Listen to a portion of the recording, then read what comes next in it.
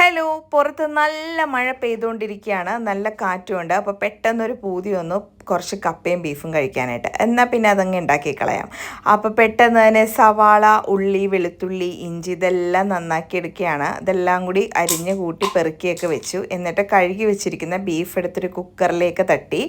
എന്നിട്ട് നമ്മൾ അരിഞ്ഞു വെച്ച സവാള, തക്കാളി, പച്ചമുളക്, ഇഞ്ചി എല്ലാം കൂടി ഇട്ടിട്ട്, വെളുത്തുള്ളി എല്ലാം കൂടി കുക്കറിലേക്ക് തട്ടിയിട്ട് മഞ്ഞൾപ്പൊടി, മല്ലിപ്പൊടി, മുളക് പൊടി, ഗരം മസാല, കുരുമുളക് പൊടി, പിന്നെ ഉപ്പും കൂടി ഇടണം കേട്ടോ. ഉപ്പും ഇട്ടിട്ട് നമ്മുടെ വെളിച്ചെണ്ണയും കൂടി ഒഴിച്ചിട്ട് ഇനി അടുത്ത പരിപാടി എന്ന് വെച്ചാൽ കൈ വെച്ച് നന്നായിട്ട് തിരുമി യോജിപ്പിക്കലാണ്.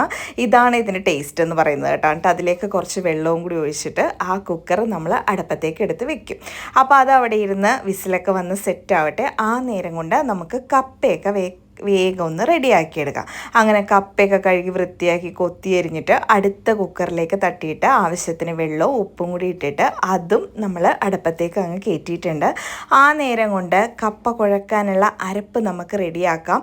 അപ്പോൾ തേങ്ങയൊക്കെ ചിരകി എടുത്തിട്ട് തേങ്ങയും കുറച്ച് ചെറിയുള്ളി, പച്ചമുളക്, കുറച്ച് കരിവേപ്പില, ആവശ്യത്തിന് മഞ്ഞൾപ്പൊടി ഇതെല്ലാം കൂടി ഇട്ടിട്ട് നമുക്കൊന്ന് അരപ്പാക്കി വരാം. അപ്പോൾ ദേ ബീഫൊക്കെ വിസിലൊക്കെ കേട്ട് തുറന്ന് അതിലേക്ക് വേപ്പിലയും മല്ലിയിലയും കൂടി ഇട്ട് നന്നായിട്ടൊന്ന് വറ്റിച്ചെടുക്കണം. ആ നേരം കൊണ്ട് കപ്പയും കപ്പയിലെ വെള്ളം ഊറ്റി കളഞ്ഞിട്ട് നമ്മൾ അരപ്പിട്ട് അതൊക്കെ കുഴച്ചെടുത്തിട്ട് അതിലേക്കൊന്ന് താളിച്ചിടുന്നുണ്ട് കേട്ടോ, കറിവേപ്പിലയും വറ്റൽമുളകും ഒക്കെ. അപ്പോൾ കപ്പയും നമ്മുടെ റെഡിയായി. ആ നേരം കൊണ്ട് ബീഫും വറ്റി വന്നിട്ടുണ്ട്. അപ്പോൾ ഉണ്ടാക്കി കഴിഞ്ഞാൽ നമ്മൾ ആദ്യം ഉപ്പ് നോക്കണമല്ലോ, ഉണ്ടാക്കിയ ആൾ തന്നെ. അപ്പം ഞാനതിൻ്റെ ഉപ്പൊക്കെ ഒന്ന് നോക്കുവാണ്. അപ്പോൾ എല്ലാം നല്ല സെറ്റായിട്ട് വന്നിട്ടുണ്ട് കേട്ടോ.